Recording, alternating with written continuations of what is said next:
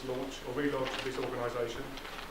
And to be honest, it's not people like Jason and me sitting in our office in London who matter. It's the people like you guys here and your supporters. You're the people on the ground who make a difference to people's lives. And that's what's really important here. My links with Harlow go back a long way. While I was born in Shearing, and I brought up in Hatfield Heath, it was here in Harlow that I learnt to swim. I had my first job here, and as Les said, was paying tribute to Tesco's for paying for that drink and food there. My first job was in Tesco's in 1982 at Harvey Centre when it was opened as a shelf stacker, and that's where I started out in Harlow. I learned how to be a reporter in Harlow, and the most important thing that I learned in Harlow was how to drink beer. It was in the hair, maybe. That's a few other ones. My family's got strong links with Harlow. My mum is chair of the Playhouse Supporters Group and is secretary of the Harlow Playhouse Charitable Trust. And my dad, before his death last year, was chair of Raised Roof, which I'm sure, as many of you know, is one of the most amazing charities I've ever heard of. It's fantastic. And I know for a fact that many people connected with Raised Roof have used your services over the years to help them get the right things that they're entitled to. And my journalism career started here with work experience at the Harlow Gazette, which are obviously no longer here. I completed the one-year NCTJ course at Harlow Technical College, which was just over there in those days, I'm sure many of you will remember, in 82-83, and without getting too political, as the ugly years of Margaret Thatcher gathered pace. It was there that I learned the core values of socially responsible journalism under such wise and experienced heads as Mag Barrett's husband, Joe, who I'd like to pay tribute to publicly today for the first time. Mike Danvers was also one of my lecturers there. I'd like to pay tribute to Mike as well. So here I am, 30 years on, a local lad who has made its chief reporter of the Daily Mirror. And I could not be prouder. I didn't go to university. The only education I had here was Harlow Technical College. The Mirror, we were the only national newspaper at the last election to tell the readers, or urge the readers to vote Labour. Even The Guardian told its readers to vote Lib Dems. And in my humble opinion, look at the mess we've got ourselves into. Working for the Daily Mirror is an utter honour and privilege, representing the very people your organisation helps on a daily basis, helping the disadvantaged and disenfranchised in society, providing them with a voice and a platform for their problems and issues to be heard. Although, to be fair, when my family and friends ask me about my 30 years in journalism, they're not really interested about my work helping the poor, my undercover work with the Ku Klux Klan, interviewing Bill Clinton, 9/11, Lockerbie, Columbine. They only ever ask me about one thing. It's the time I came ninth in the World Hot Dog Eating Championship. And I threw up live on Japanese TV. I would like to pay tribute to all those here who have been involved in getting this organisation back up and running again. It is an extraordinary achievement, and given the unbelievable amount of political infighting that has taken place, it must have caused strain to numerous relationships and friendships. The author and journalist Nicholas Tomlin, who died in 1973, covering the Yom Kippur War, once used the following quote to describe newspaper reporters. He said, "The only qualities essential for real success in journalism are rat-like cunning, a plausible manner, and a little literary ability." Well, without getting too political, and given the way the Tories have taken a sledgehammer to the benefit system, perhaps we should all, including the Harlow Advice Centre, play their own game and have a plausible manner, a little literary ability, and a rat-like cunning to tackle the relevant authorities to ensure that people of Harlow and the people of this country get what they are entitled to. So to you all assembled here, you are the heartbeat of Harlow and its very soul. And I would personally like to thank you so much for what you've done for the people of this town. I wish you all the very best for the future and for your new organisation. Welcome to everyone here this evening. Actually, we've got that video of Andy in the hot dog eating.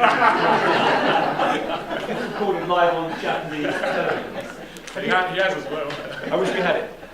It's wonderful to be here, and it's when Maggie Barrett contacted me and asked me to speak this evening, I was aware of the campaign that we've been fighting. Ron Beale, who I can see in the audience, who writes to me from time to time and from Statesman, had told me about what was happening. Maggie had told me also about your fight. So I had to be here this evening. I'm very honoured to be here at what is essentially a relaunch.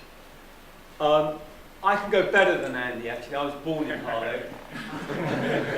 I was educated in Harlow. Until the age of 18. We left the town in the early 80s. I can see Moira Jones here this evening too. I also spent some time at Harlow College, so it's great to see some familiar faces. I was a little bit of a dilettante when I was at the college, Moira. I wasn't really studying that hard. I was sort of drifting around. Spending more time sort of at parties and dyeing my hair and going to nightclubs and being a good student. And it was only in retrospect, after I left the town, that I began to understand what the town had offered me, actually. If you think back to, my parents were from the East End of London. They moved out from the East End into the new town, housing, lavatories inside the houses, a semi-rural environment, houses with gardens, wonderful infrastructure to support the town. We all know this, the network of cycle tracks, this great library, the swimming pool, the recreational sports leagues from which Claire Hoddle emerged, the play schemes, the playhouse, the college, and so I could go on. So I always see myself very much as a product of that period, what one might call the great social democratic experiment that took place at the time of the Attlee government, 1945, the creation of the welfare state, creation of the National Health Service, benefits, welfare, opportunities, investment in schools. And I'm very much a product of that period, as is the town.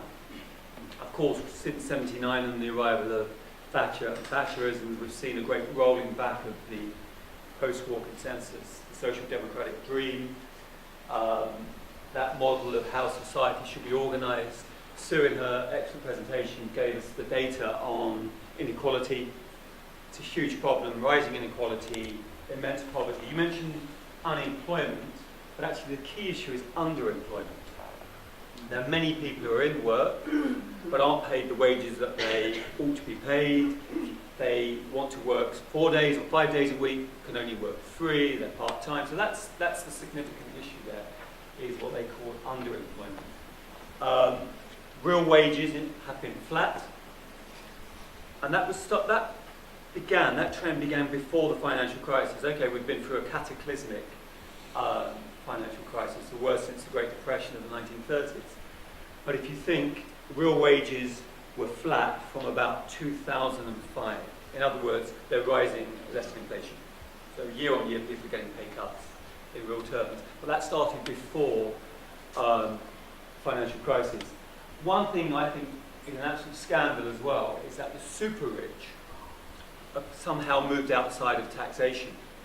They operate in this kind of global space. So capital money is so mobile at a time of globalization. What isn't mobile, though, is things like property, land, what you might call static assets.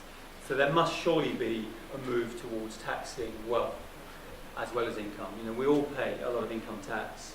We all pay a lot of taxes with VAT, national insurance, road taxes. And it's a very highly taxed country. But somehow the very rich have moved themselves outside of taxation, and if Ed Miliband wins power in 2015, and there's no guarantee that he will, that's something I think he ought to address. It's very poignant for me to be here at this library, because after my period when I was drifting, not studying very carefully, I did eventually go to university, and I graduated in 1989. But I didn't have a job straight away, and I was living in Sawbridge at the time. And actually, I used to come to this library quite a lot. Just round the corner at the back used to be the magazine rack, where I found the New Statesman, the Spectator, which is the right-wing equivalent of the New Statesman, and many other interesting magazines, and I used to borrow music from here. So I spent a lot of time reading, thinking about the kind of journalist I wanted to be. I'm a great admirer of Andy Lyons, not least because of his phenomenal drinking potential. But I'm not a brave reporter in the way that Andy is. I'd be more of an essayist, a reviewer, an editor. I'm not on the front line as Andy has been. but it was coming to this library, reading the Statesman, discovering the Statesman, reading the Spectator. Actually, back then, I actually found the Spectator a better read, which was interesting. It's not now, by the way. I hate to swear. But it helped, so this library helped form me in the kind of journalist that I became. And many years later, 2009, I wrote a little memoir. So football, politics, a little bit about my dad, who was a Harlow man. And it was while I was writing the book, particularly the chapter on Harlow, that I really began to think how fortunate I'd been to have grown up in this town because of the astonishing infrastructure of support that it had. My parents weren't well off, but they were good parents because they cared about the right things. So we didn't have a lot of money, and there were 3 children, but the town gave me everything I needed. Sports, recreation, theatre, learning. It was a fantastic time to be here. That's why it's so painful to see some of that rolled back and cut and attacked and devastated. And a centre such as this, at a time such as this, a time of poverty, underemployment and unemployment, food banks, who would have thought we'd have one of the boom areas of England, the food banks. This is the kind of centre that needed more perhaps than it's ever been, not least because of the assault on the welfare state that we have witnessed. So it's wonderful, sir, that you fought your battle. Wonderful, all of you, that you came together to mobilise, indeed, took on a Labour Council, disgraceful Labour Council, I hear, in many ways. Not just the Tory Council, Labour Council were culpable. You took them on and you won a battle. And that's quite something. Do you remember when David Cameron was running to become Prime Minister? 2007, 8, 9, and there was all of this branding. He wanted to detoxify the Conservative Party. Remember the big society? Cameroon. The idea of the big society was that, and in some ways it was a noble idea. It was a space between the state and the market where intermediate organisations could flourish. They used the phrase, Edmund Burke's phrase, the little platoons. Those intermediate organisations were meant to be organisations such as yours, trade unions, friendly societies, and so on and so forth. But of course, it was rhetoric. What they were preparing us for was a huge cuts, a huge attack on the state, a huge rolling back of many of the services that the state provides. And they quickly dropped the big society. Excuse me. My preference is the good society. And I think that's what you've created here, where a group of people come together, they energise, they organise, and they achieve something, in spite of what is thrown at them. So it's great to be here, actually, Andy, tonight, because it's a good story. Andy's looking extremely tanned. He's just come back from Brazil, where he was covering the World Cup in the Mirror. And I was watching it on television, enviously. But it's great to be here, and I know Andy would have come back early from Brazil. I congratulate you on what you've achieved. Good that we've all got together here this evening. I'm very happy, I think, Chairman, to take some questions if anyone wants to ask any. While I'm here, I'm going to plug the New Statesman. We